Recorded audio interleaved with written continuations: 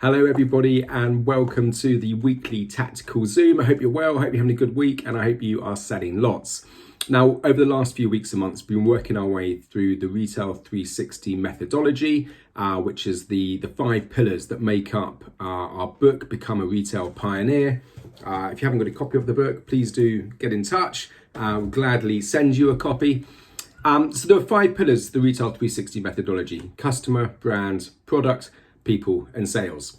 We've been working through the pillars one by one. We're coming to the end of the 4th pillar, the people pillar now. And the final part of the people pillar is around reward. So we've talked about recruiting, retaining and rewarding. Now, there's a real concept in retail that retail is unskilled labor. People fall into retail quite easily. There's lots of jobs in retail available at certainly the bottom rungs of the ladder. And people see it as quite sort of transient work. They come into it and they leave it, which is a real shame for you, the retail business owner, because you're investing time, you're investing your money in training these new team members up to hopefully be fantastic employees. And there's always this age-old adage of the conversation between the sales director and the finance director. Where the sales director says, I need money to invest in training, and the finance director says, but what if we spend the money and they leave? And the sales director replies, well, what if we don't spend the money and they stay? And it kind of gets you thinking, what would you rather do? Do you spend the money and hope to have fantastic people? So my view, of course, and we went through this in the last pillar last week around, how do you retain your customers? The best way that your people, the best way to retain them is to train them so they are actually really good at their jobs. Because if they're good at their jobs, they'll enjoy their jobs. And they'll want to stay because they'll feel valued and good at what they do. People generally like to feel like they're achieving something and attaining something. And one of the great ways to make them feel part of your business is of course to reward them. So the argument for me is one of, well, if we are training these people, then they must be skilled labor. To suggest that retail staff is unskilled labor is wrong because we've trained them. So if they're trained, then they must be skilled labor. Now, typically, skilled labor is paid better than unskilled labor. But if they're skilled labor and we've trained them really well, then they must be paid a decent wage. In the end, it's up to you what you pay your staff. And I appreciate, they're not lawyers or dentists or things like that.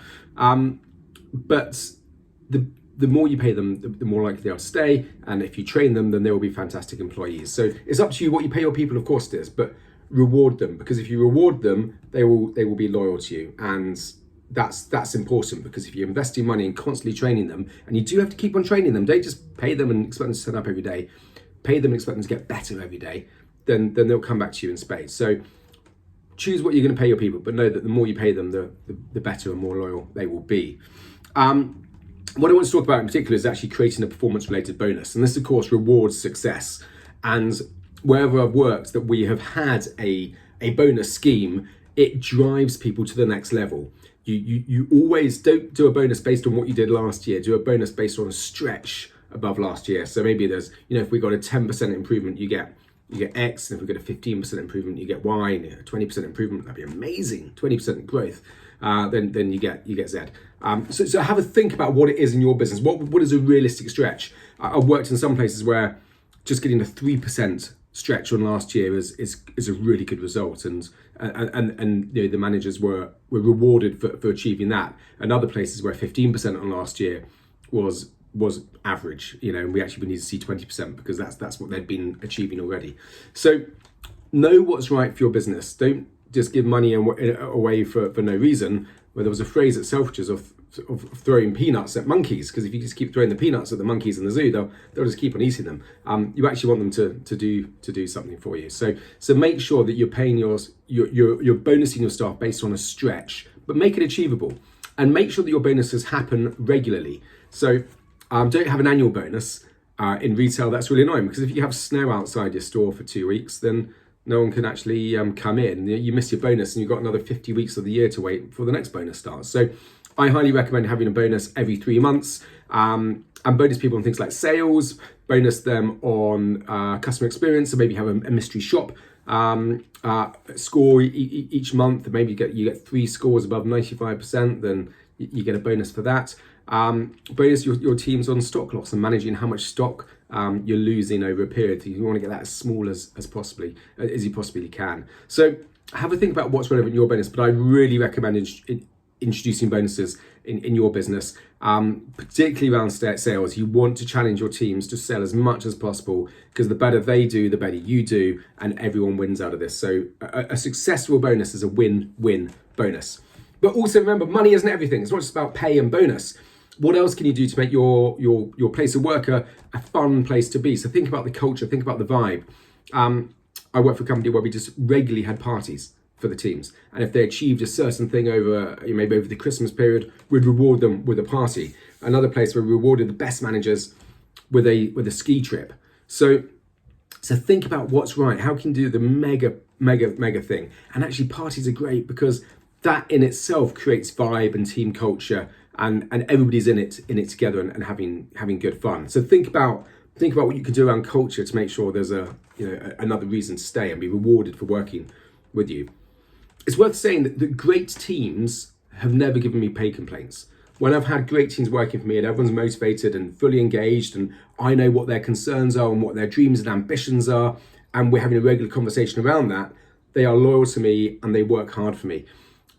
And in that scenario, I've always had good teams. Good teams have never given me pay complaints because they're getting it elsewhere. They know their career is going in a certain direction. There's a plan, there's a path that they're on. So think about what that feels like for your team members, because if they're happy and on board and engaged and feeling rewarded, then it won't be just about the financial aspects.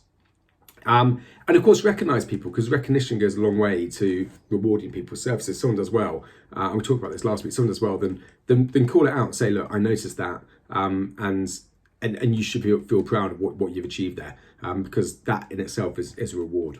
So think about other things you can do. You can give people staff discounts, you can give them more hours to work, you can give them a promotion, you can have off-site events. Off-site training events are great because it's a break up from the norm of just being on the shop floor every day. So every 3 months, ideally, you have a strategic day off-site where you take the teams off-site and you talk about what the vision and mission of the business is. So have a think about that as well. And parties is another brilliant way of rewarding your teams, because it creates vibe, it creates culture, and that of course comes back onto the shop floor, and your customers will pick up on it. If the team are living the brands and it's a fun place to be and they're bouncing off each other, there's a good vibe in store, then your customers will enjoy that atmosphere and they'll want to shop there too. So look, I hope that's helpful. Real session on reward today. Next week, we're moving into the first part of the sales pillar. Okay, so we're all about sales for the next 3 weeks and look forward to speaking to you about that. Enjoy the rest of the week, sell lots, and I'll speak to you very soon. Bye-bye.